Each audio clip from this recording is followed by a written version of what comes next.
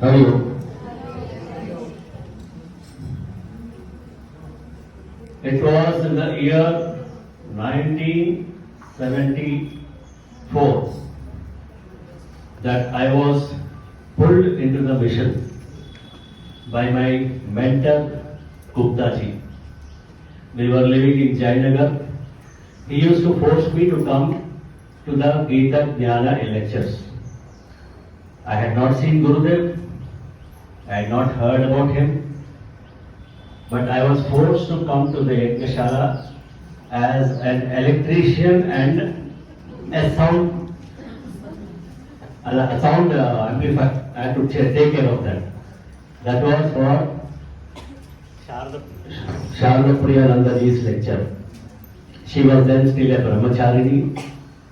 That was followed by Purushothamanandaji. He was also a brahmachari. So to both these yajnas, I was pulled as an electrician and I had to take care of the sound system. I did not know head or tails of Vedanta. But I was forced to sit there till the end of the lecture. And then the Yuva Kendra camp was organized in 75. Swami Dayanandaji had come for the yajna and the Chik camp. It was then called as CHIF, Chinmaya Youth Forum. Then Pujya Gurudev changed the name to CHIK, Chinmaya Yuva Kendra. Even then I didn't come for the camp. But subsequently somehow he pulled me to the Yuva Kendra classes and Gupta ji kept on telling me about Pujya Gurudev, his incidents and his jokes and about his Gita lectures and so on and so forth.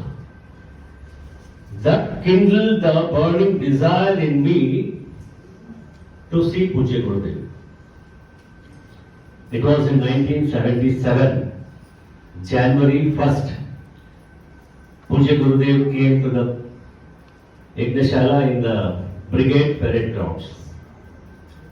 It so happened that it was inaugurated by Srimati Chandrika, who was then in the Yuva Kendra. I did not know her then. So, the moment I saw Gurudev walking into the Yajnashala so majestically, I decided that I have found my Guru. And the first day his inaugural talk was so impressive.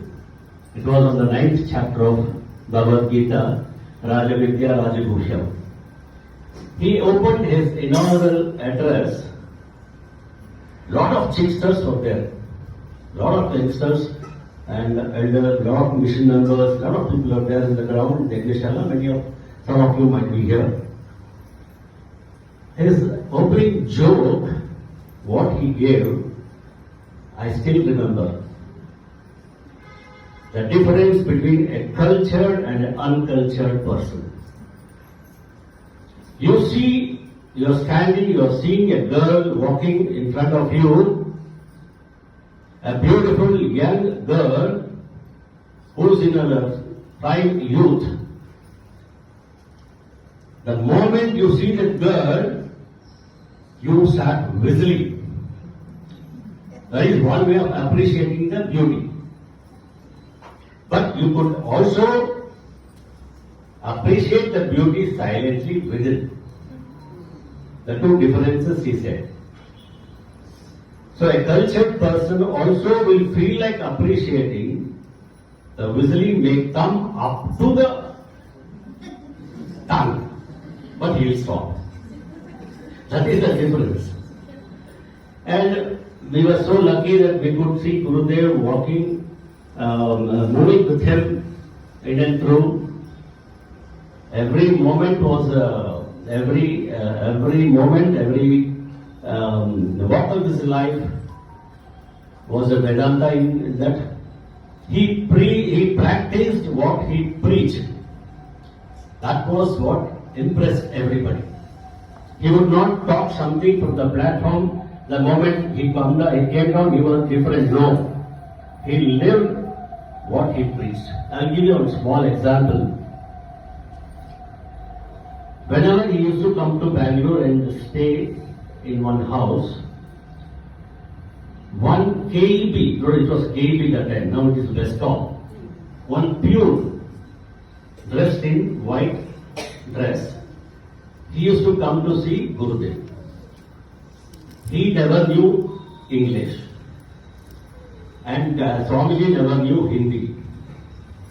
Only one or two words he could speak, but not a fluent Hindi. But the moment he saw the pure, he used to loudly call him, Hari Om, Narayana, Narayana, Agya, Aja, Aja, Aja, and he used to hug him and show so much of love and affection. We all used to wonder, who is this person? Because we are not seeing him. He is not actively involved in the mission. Nor has he come with Gurudev. Who is this person? But every time this used to happen, and he used to give one rose, that's all. Not and 5 rupees. One rose and 5 rupees. That was his Guru Dakshina that time. And Swamiji used to accept it with so much of love. See, he used to show that love to one and all because he saw the same Narayana in all. It was not that just preach, that you must see the Lord everywhere, you must. He used to practice, he used to demonstrate. He lived that way. The other example, I had seen him particularly in all rich people's house. People, because only they used to call him for Bhiksha. Others could not afford probably, or they were shy. Maybe their house was small. They could not accommodate so many people. So many things were there. So many reasons were there. So only big people who had palatial buildings would call him, invite him for Bhiksha. So I had seen him dining in all such rich houses. And next, we got an opportunity, our Yuva Kendra Bhajan group went, because on his invitation, we went to Anantapur. Some of you are here. We went to Anantapur for a temple consecration. After the temple consecration, the place where he was asked to have his breakfast, I tell you, tears rolled down my eyes. Because it was a small hut, no flooring, only some sand was there for flooring, and it was very hot. It's what Anantapur, you know how it is. It was very hot, and it was swarm of bees were there, and the breakfast that was served was oily, upama, karabat, kesribat, full of oil. Never did he complain even once. Had it been us, imagine. Okay, in front of the host we may not, but after coming out we will. What breakfast he gave us? What? It was better, it would have been better had he not given us. So all such of complaints we make, but he never did. Another example I just quote, and maybe other subject to talk. In Bangalore, he was supposed to come for a Gita Jnana in National College grounds.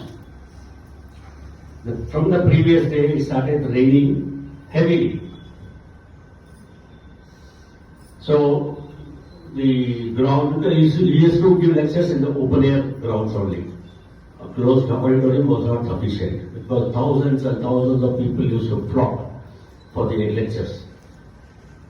The Yajnashala was full of water, and it was still raining in the morning when you're supposed to land. So the trustee members went to the airport and received Puja Gurudev, and the committee members had decided to shift the venue from National College grounds to Lal Bagh Jubilee Hall. But they wanted Gurudev's permission. So the moment he came, landed and walked into the airport, the trustees went and met him and explained the whole situation. So he said, nothing doing. Let the yajna continue in the same place. Don't worry, go on, go ahead. Because There was no media in those days like nowadays. We have mobile, we have WhatsApp, and we have other so many social media. You can inform the change of venue immediately. One WhatsApp message is enough, which can be circulated to all. But in those days, nothing. One paper advertisement only used to cost a lot, and that also with great difficulty we used to publish. So imagine how can we inform the people? They will all come to National College grounds only. So he said, nothing doing, you go ahead. He just came out and looked at the sky and said, Lord Varuna, please take care. That's all. And we went off. We were worried, but you know, the committee was so strong, right from the chairman to the Bala Vihar child. Everybody started pouring sand on the grounds where the water had stagnated so that the dampness would be absorbed by the sand. The sand was supplied by our chairman, Sri P.C. Malpani, and right from our president, secretary, general secretary, all secretaries, this secretary, that secretary, members, everybody was shifting with the bandli. Okay, one by one they were shifting, all members, everybody. Swamiji used to say, roll up your sleeve, tighten your belt. That happened there. And then the ground was all set. Gurudev walked in, 6:30, they now started.